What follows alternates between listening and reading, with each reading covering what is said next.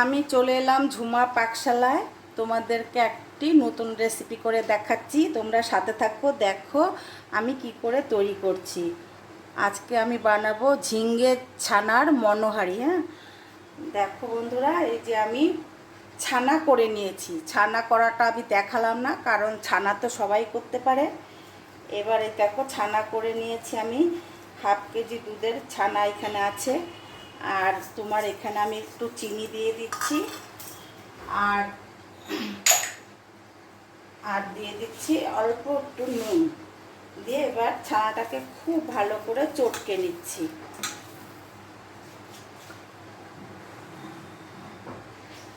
দেখো ছানাটা আমার খুব ভালো করে চটকানো হয়ে গেছে, একদম দেখো নরম নরম হয়ে গেছে একদম ছানাটা। হ্যাঁ, এবারে আমি এটাকে একটা ডো পাকিয়ে নিচ্ছি। দেখো ডোটা আমার তৈরি হয়ে গেছে।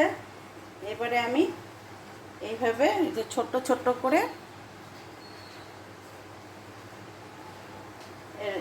এইভাবে গোল গোল করে এক একটা বড়ার মতন তৈরি করে নিচ্ছি। এর মধ্যে কিন্তু কোনো আমি মানে চালের গুঁড়ো ময়দা কিছুই মিশাইনি, শুধু ছানা। এবার সবগুলো আমি করে নিয়ে তারপর তোমাদেরকে দেখাচ্ছি। দেখো আমার এইভাবে এই যে বড়া বানাবো এগুলোকে, সেজন্য এইভাবে তৈরি করা হয়ে গেল। এবার তোমাদেরকে দেখাচ্ছি বড়াগুলো ভাজা বসিয়ে রেখেছিলাম, গরম হয়ে গেছে। আমি কড়াইতে ঘি দিয়ে দিচ্ছি, ঘি দিয়ে দিলাম। ঘিটা গরম হয়ে গেলে আমি বড়াগুলো একটা ভেজে নেব, সমস্ত বড়াগুলো। এই দেখো এবারে আমি এই যে বড়াগুলো এভাবে একটা একটা করে ছেড়ে দিচ্ছি, ভেজে ভেজে নিচ্ছি বড়াগুলোকে।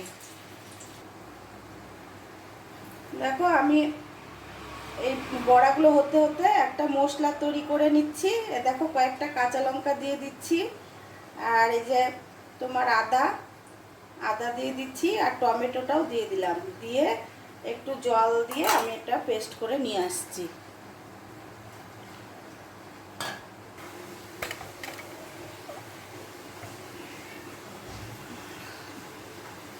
বড়াগুলো হতে হতে দেখো আমি তো মশলাটা রেডি করে নিচ্ছি। এখানে আদা লঙ্কা টমেটো আছে, আর এই দেখো 1 চামচ জিরের গুঁড়ো দিয়ে দিলাম, আর হলো এই হাফ চামচ দিয়ে দিচ্ছি ধনে গুঁড়ো, আর এই কাশ্মীরি লাল লঙ্কা গুঁড়ো দিয়ে দিলাম 1 চামচ। যেহেতু আমি কাঁচা লঙ্কা ব্যবহার করছি সেজন্য আমি কাশ্মীরি লাল লঙ্কাটা দিলাম রঙের জন্য। তোমরা যদি শুকনো লঙ্কার গুঁড়ো দাও তাহলে না দিলেও চলবে। আর এই হলুদের গুঁড়ো দিয়ে দিচ্ছি 1 চামচ। দিয়ে পেস্টটাকে আমি ভালো করে তৈরি করে নিচ্ছি।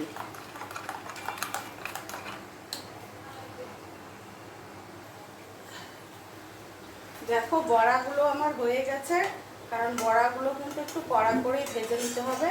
এই যে আমি নামিয়ে দিচ্ছি বড়াগুলোকে। এবং ডুমো ডুমো করে কেটে নিয়েছিলাম, ডুম ডুম করে। হ্যাঁ, আর ধুয়ে একদম জলটা ঝরিয়ে নিয়েছি। আর এবারে আমি এই মশলাটা কষানো হয়ে গেছে, মশলার মধ্যে ঝিঙেগুলো দিয়ে দিলাম। ঝিঙেগুলো দিয়ে এবার একটু কষিয়ে নিতে হবে। হ্যাঁ, কষিয়ে নেব।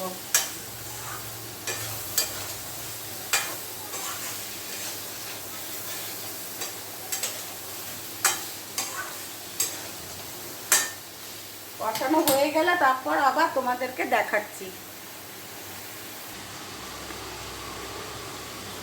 মশলার সাথে ঝিঙেটা আমার দেখো কষানো হয়ে গেছে। মিনিট 3 মানে আমি মশলার সাথে ঝিঙেটাকে কষলাম, আর ঝিঙেটাও অনেকটা সেদ্ধ হয়ে গেছে।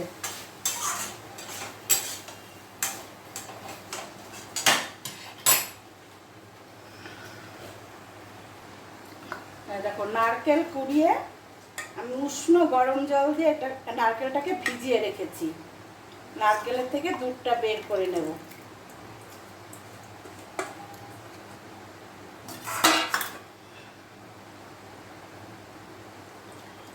পুরো দুধটাকে আমি বের করে নেব নারকেল থেকে। এই নারকেলের দুধটা এবার আমি এই ঝিঙের মধ্যে দিয়ে দিচ্ছি।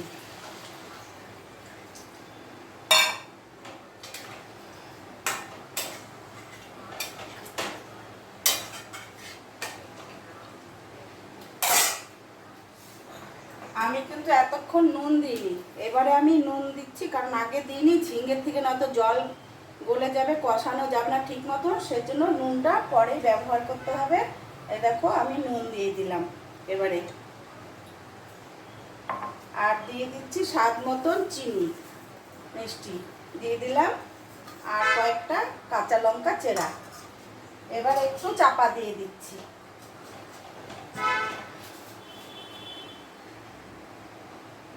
এবার ঢাকনাটা তুলে দিচ্ছি। দেখো খুব ভালো মতন হয়ে গেছে রান্নাটা। এটা খেতে কিন্তু নিরামিষ রান্না, নিরামিষ হলে কি হবে, খেতে কিন্তু সেই স্বাদ হয়। আর ছানার বড়াগুলো দেখো 5 মিনিট ঢেকে রেখেছিলাম, একদম নরম তুলতুলে, দেখো প্রচণ্ড গরম, দেখো একদম নরম তুলতুলে হয়েছে, ধরতে পারছি না, একদম নরম।